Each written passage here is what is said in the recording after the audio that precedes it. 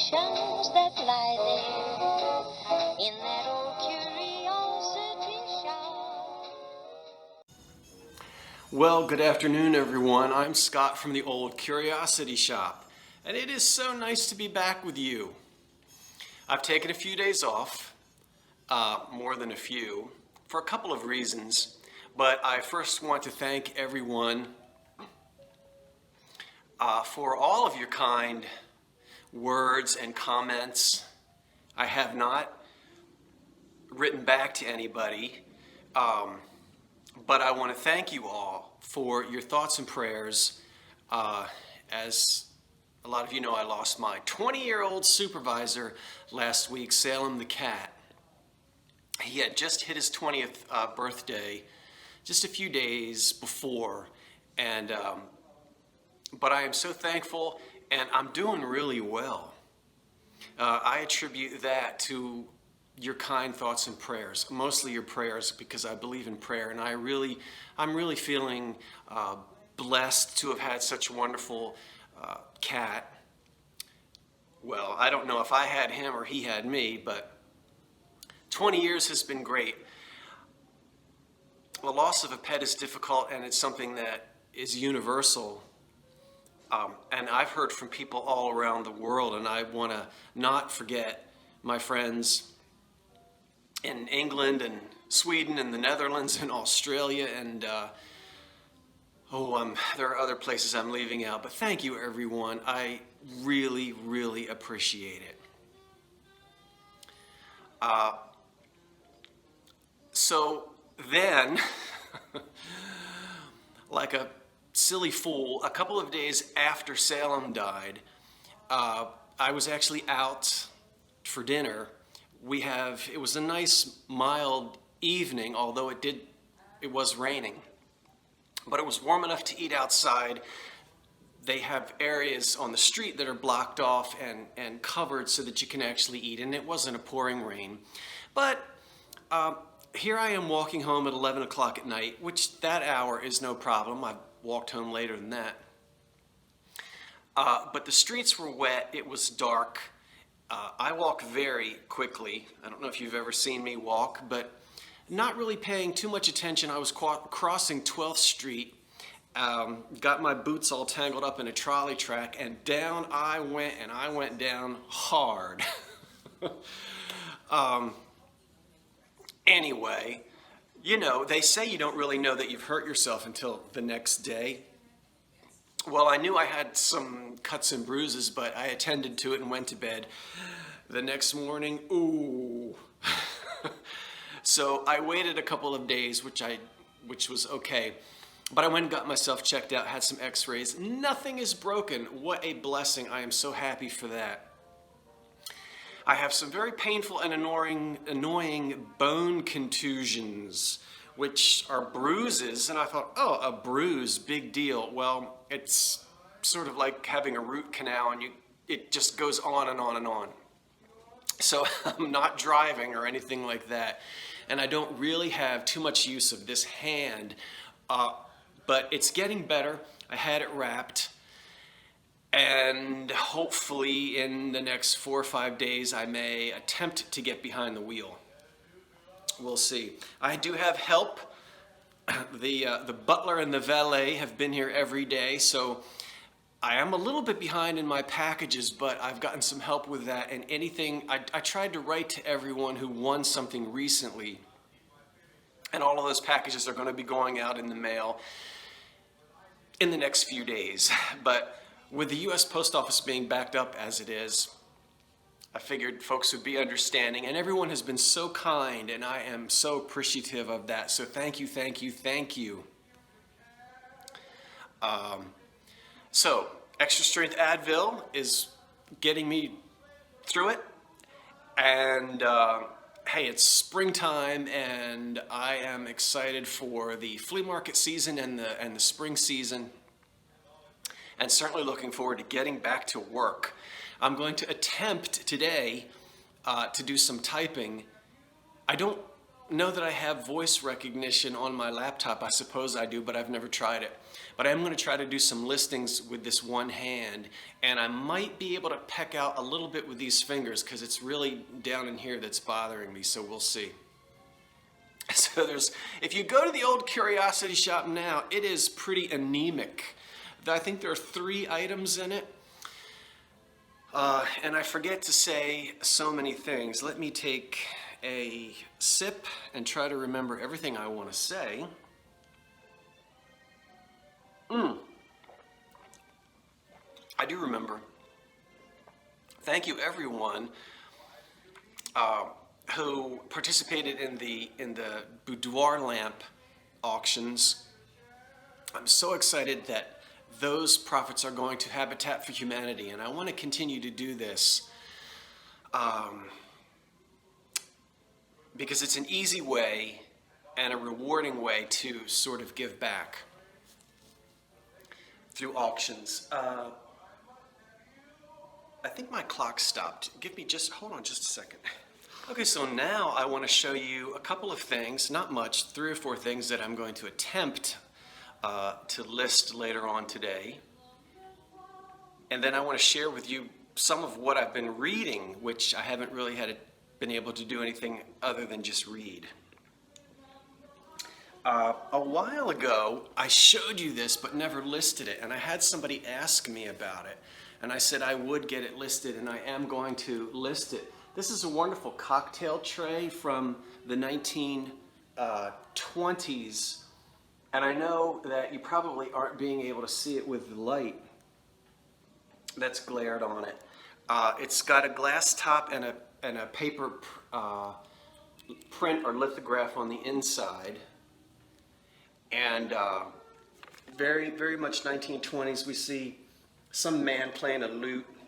They're in this wonderful scenic outdoor area. We've got the wonderful peacock over here. Very typical motif of the 1920s, early 30s. I'm going to be listing that. I also have a couple pieces of glass I wanted to list for St. Patrick's Day, but obviously I'm too late. These will glow under black light. I'm unsure of the maker. Now, I'm not really sure of the maker. I haven't had a chance to look this up, but it's really pretty green uranium glass, and these are going to date to, again, around 1930. And as I've said before, that could be the late 20s into the early 30s. This is a nice basket with a grape and leaf pattern on it. You can see. Good for candy. And then a second piece here with cherries in it. This could be made by the same maker. It looks very much, is that dust? Probably. Anyway, you can see there, it's sort of like a grape leaf. I'm sorry. No, that's not a grape leaf. Well, it's got cherries in it. And so, another green piece. These pieces really, as you can tell, almost match each other in color and design. So I'll be listing those hopefully. And I'm also going to list this Corning Ware coffee pot. Now, don't fret. Some of these were recalled. I think it was the 10-cup stovetop percolator was recalled because of a faulty handle that comes off. This one was never recalled. It's the little 4-cup, and it's a stovetop percolator, but what's great about this is I don't think it was ever used. I have dealt in many, many percolators. Look how clean this is. I mean, this is, I really believe that maybe it was used once or twice or not at all. It's absolutely new looking, and the inside as well. So, I haven't tried, and it's all complete. It will work. Maybe we'll give it a try in a video one of these days. or not, or I'll just go ahead and get it listed. Well, that's all I've got to show you for right now. But I've been reading. This is one nice thing that being stuck in a chair helps you to do. I pick up a lot of books and then I hold on to them until I get the opportunity to really sit down and do a lot of reading. So I recommend, if you're interested in the 1930s and the history of the Depression, this is called The Forgotten Man. A New History of the Great Depression by Amity Shales. This is Harper Lux. I really like this because it's not, and I've read a lot about the 30s and the Depression. This isn't too scholarly, it's not dry. I wouldn't necessarily say it reads like a novel, but it's an enjoyable read. You don't feel like you're laboring through minute details of the New Deal and policy. And so not only do we get the history of sort of the common man, quote, but the author also delves into the policies of Hoover and Roosevelt and some of the failed policies of both men. So I'm enjoying that a lot. And then the last thing I'm reading, you can tell I'm grasping at straws now. The Britannica Book of the Year, 1947. So since this came out in 1947, it's obviously the history of 1946. So wouldn't it be fun to see what happened on this day in 1946? I know my demographic who watches me, and a lot of you were alive and kicking in 1946, very young, some of you. So today's the 23rd of March. Let's see what happened on the 23rd of March, 1946. I wonder if any of you recall this. Now bear with me as I try to get this to where I can see it with these progressive lenses. Where are we here? Let me see. Oh yes, the 23rd of March, 1946. Foreign Minister Wang Xingshen disclosed that the Soviet Union had notified China that the withdrawal of the Red Army forces from Mantua would be completed by the end of April. Yes, that would stand out in one's memory, wouldn't it?